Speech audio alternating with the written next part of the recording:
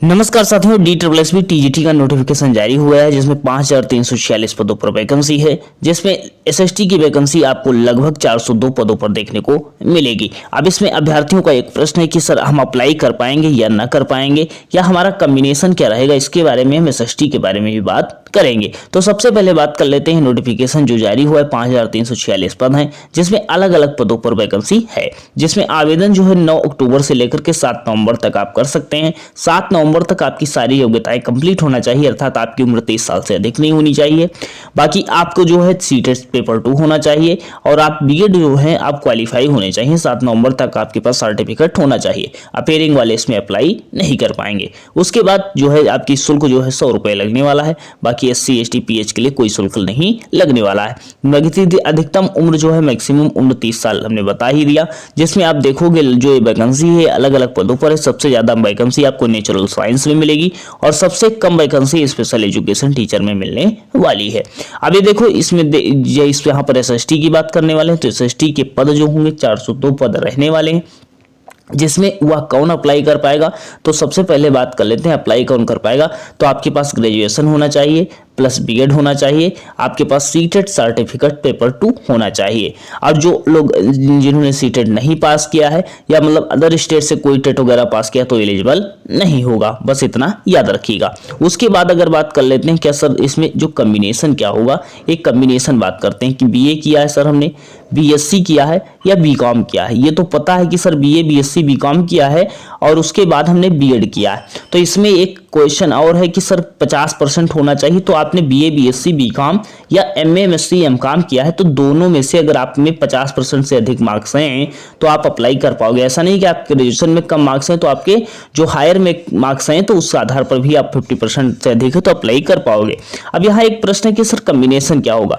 तो देखो मिनिमम आपको जो है कम से कम एक सब्जेक्ट मतलब कम से कम एक विषय आपको 2 साल तक पढ़ा होना चाहिए, मतलब एक विषय 2 साल तक पढ़ा होना चाहिए। अब यहाँ बहुत सारे अभ्यर्थी थे, अभी उनकी सारी क्वेरीज दूर हो जाएगी। अब देखो यहाँ पर हिस्ट्री है, पॉलिटिकल साइंस है, जियोग्राफी है या इकोनॉमिक्स है, सोशोलॉजी है, बिजनेस स्टडीज है या स्टैटिक्स है। तो यहाँ पर कौन लोग हैं, तो जैसे BA में आपने पूरे 3 साल में 2 सब्जेक्ट पढ़ा होना चाहिए, मिनिमम एक सब्जेक्ट मतलब हिस्ट्री या पॉलिटिकल साइंस जैसा। ऐसा नहीं कि 2 सब्जेक्ट इतने साल तक पढ़ा होना चाहिए, इसमें केवल एक सब्जेक्ट आपको पढ़ा होना चाहिए। BSc वाले नहीं, बीकॉम वाले भी क्लियर हो जाएंगे। तो BA बीकॉम, तो BA बीकॉम के बारे में बात कर लेते हैं। बीकॉम का यहाँ सबसे ज्यादा इशू आ रहा है।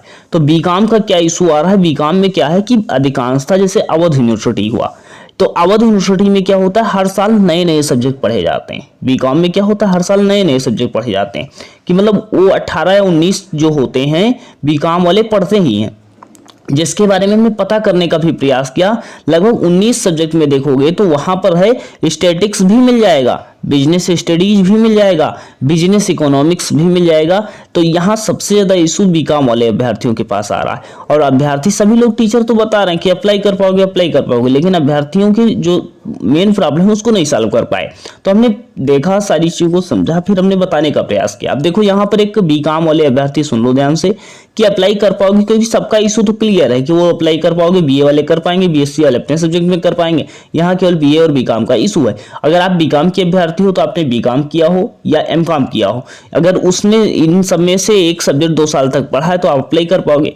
लेकिन यहाँ पर एक प्रश्न है कि सर बिजनेस स्टडीज जो है, बिजनेस स्टडीज में कौन से सब्जेक्ट आएंगे। तो इसको हमने पता करने का प्रयास किया है, अभी हम क्लियर करते हैं, उसके बाद आपको बताते हैं। लेकिन बिजनेस स्टडीज में देखो कई सब्जेक्ट आते हैं और कई सब्जेक्ट आते हैं जिसमें आपका सब्जेक्ट तो बदला हो सकता है लेकिन वह बिजनेस स्टडीज में काउंट होगा। जैसे मान लो आपने पढ़ा होगा प्रिंसिपल ऑफ मार्केटिंग करके, और प्रिंसिपल ऑफ मार्केटिंग पढ़ा होगा या बिजनेस मैनेजमेंट ऑर्गेनाइजेशन पढ़ा होगा। तो सेकंड ईयर में मान लो आपने बिजनेस मैनेजमेंट ऑर्गेनाइजेशन पढ़ा है और थर्ड ईयर में आपने पढ़ा है प्रिंसिपल ऑफ मार्केटिंग। तो ये दोनों जो है बिजनेस स्टडीज के पार्ट में आएंगे। तो अब ये बिजनेस स्टडीज 2 साल में हो गया कि मतलब आपने पढ़ा हो, सब्जेक्ट बदला है। इसके बारे में क्लियरेंस हम करके आपको ये बता देंगे आपको, बहुत जल्द बता देंगे। बस इतना है, ये तो कंफर्म कर लिए हैं हम कि आप अप्लाई कर पाओगे। बस इसका एक क्लियर करना बाकी है, अभी क्लियर कर लेते हैं कि बिजनेस स्टडीज में क्या प्रिंसिपल ऑफ मार्केटिंग या बिजनेस मैनेजमेंट दोनों को शामिल कर लिया जाएगा जो 2 साल तक होंगे। इसके बारे में हम आपको अपडेट दे देंगे। अभी तक जो जानकारी हमें प्राप्त हुई है वो बताया गया कि बिजनेस स्टडीज में आपका प्रिंसिपल ऑफ मार्केटिंग और एक सब्जेक्ट जो होता है बिजनेस मैनेजमेंट ऑर्गेनाइजेशन, दोनों को शामिल कर लिया जाता है। तो दोनों को शामिल करने के बाद आपको मिनिमम 2 साल तक मान लिया जाता है कि आपने पढ़ा है मतलब बिजनेस स्टडीज को। तो इस आधार पर जो सब्जेक्ट होते हैं मान लिया जाता है, तो आप एलिजिबल हो जाते हो। तो यहाँ तक क्लियर है। बीए वाले समझ गए होंगे, बीए वालों को पता होगा, जो बीएस वाले हैं उनको भी पता होगा इसमें से हमने सब्जेक्ट को पढ़ना है, तो वो क्लियर है। सबसे ज्यादा इशू बीकॉम का था, तो बीकॉम का हमने बता दिया। बस एक क्लियर हमको करना है, तो क्लियर करने पर आपको अपडेट दे देंगे, जिसके लिए नोटिफिकेशन ऑन कर लेना। कोई क्वेरीज है, आप कितने सब्जेक्ट आपने पढ़े बीकॉम में, आप कमेंट सेक्शन में बता देना, उसका रिप्लाई हम देने का काम करेंगे। और सबसे पहले आज हमको आ रहा है यही डाउट क्लियर करना है कि बिजनेस स्टडीज में कौन कौन सब्जेक्ट आते हैं। अगर आपके पास कोई जानकारी है कि बिजनेस स्टडीज में सर ये सब्जेक्ट आते हैं या बिजनेस स्टडीज के बारे में पूरी डिटेल आप कमेंट सेक्शन में बता सकते हो, जिससे हमारे और क्लियर करने में हमें आसानी होगी। तो चैनल पर नए हो सब्सक्राइब कर लेना, नोटिफिकेशन ऑन कर लेना। पूरी डिटेल हमने बताने का प्रयास किया है। योग्यता एग्जाम पैटर्न के बारे में बात किया है। अभी एज रिलैक्सेशन को लेकर के भी काफी चीजें हो रही कि एज रिलैक्सेशन अर्थात 40 साल तक एज कर दिया जाए, 35 साल तक कर दिया जाए।